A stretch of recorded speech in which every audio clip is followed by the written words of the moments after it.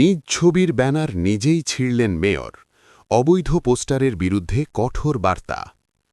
চট্টগ্রাম নগরের সৌন্দর্য রক্ষা ও পরিচ্ছন্নতা বজায় রাখতে অবৈধ পোস্টার, ব্যানার ও সাইনবোর্ডের বিরুদ্ধে অভিযান চালিয়েছে চট্টগ্রাম সিটি কর্পোরেশন চসিক।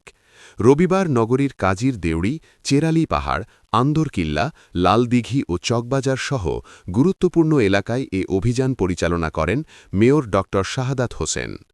অভিযান চলাকালীন তিনি নিজের ছবি সংবলিত একটি ব্যানারও অপসারণ করেন, যা নগরবাসীর দৃষ্টি আকর্ষণ করে। এ সময় সড়ক ও দেয়ালে লাগানো অনুমতিবিহীন পোস্টার, ব্যানার সরিয়ে ফেলা হয়। মেয়র বলেন, শহরকে পরিষ্কার ও নান্দনিক রাখতে হলে সবাইকে নিয়ম মেনে চলতে হবে। অনুমতি ছাড়া কোথাও পোস্টার বা ব্যানার লাগালে ভবিষ্যতে আইনগত ব্যবস্থা নেওয়া হবে। তিনি আরও জানান, অনেক প্রতিষ্ঠান নিয়ম না মেনে এসব বিজ্ঞাপন ব্যবহার করায় কর্পোরেশন রাজস্ব হারাচ্ছে। নগরবাসীর প্রতি আহ্বান জানিয়ে তিনি বলেন, বৈধভাবে অনুমতি নিয়ে বিজ্ঞাপন প্রদানের মাধ্যমে সবাই যেন শহরের সৌন্দর্য রক্ষায় ভূমিকা রাখে। এ ধরনের অভিযান নিয়মিতভাবে চালানো হবে বলেও জানান তিনি।